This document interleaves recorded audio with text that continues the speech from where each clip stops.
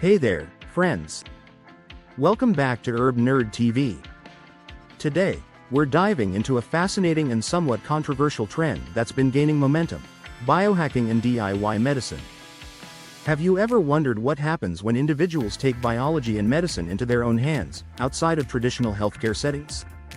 Let's explore what biohacking entails, the motivations behind it, and the potential risks involved.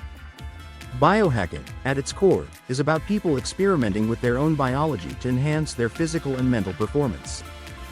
This can range from simple lifestyle changes like diet and exercise to more extreme measures like implanting technology or using nootropics, substances that claim to improve cognitive function.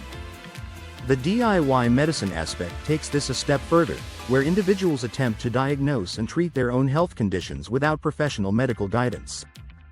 One of the main appeals of biohacking is the idea of taking control over one's own health and optimizing it beyond what traditional medicine offers. People are drawn to the potential for increased energy, better focus, and even extended lifespan. The internet has played a huge role in this movement, providing access to a wealth of information and communities where biohackers share their experiences and tips. However, with great power comes great responsibility, and that's where the risks come in. DIY medicine can be a double-edged sword. On one hand, it empowers individuals to take charge of their health, but on the other hand, it can lead to dangerous consequences. Without proper medical training, biohackers might misdiagnose themselves, misuse supplements or medications, or engage in practices that could harm their bodies.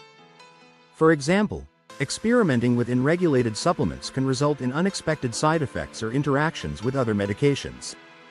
There's also the issue of safety and legality.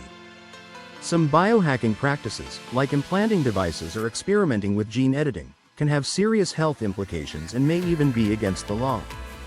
The lack of oversight means there's no guarantee that the methods or substances being used are safe or effective. This can lead to long-term health problems that might not be immediately apparent. Moreover, the psychological impact shouldn't be overlooked. Constantly tinkering with one's body and mind can lead to anxiety, obsession, or unrealistic expectations about what biohacking can achieve. It's essential to approach biohacking with caution and to prioritize evidence-based practices over unverified claims. So, what can be done to mitigate these risks? Education is key. Understanding the science behind biohacking and consulting with healthcare professionals before embarking on any significant health experiments can help prevent potential harm. Additionally, promoting responsible biohacking practices and creating guidelines can ensure that individuals seeking to optimize their health do so safely. In the end, biohacking and DIY medicine represent a new frontier in personal health management. While the potential benefits are enticing, it's crucial to balance innovation with caution. By staying informed and seeking professional advice, individuals can explore biohacking in a way that's both empowering and safe. What do you think about biohacking and DIY medicine? Are the benefits worth the risks, or is this trend heading down a dangerous path? Let's get the conversation started in the comments below. Thanks for joining me on this exploration of biohacking and DIY medicine. If you found this video insightful, please give it a thumbs up and share it with your friends.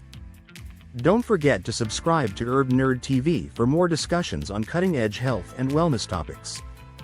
Until next time, stay curious and stay safe.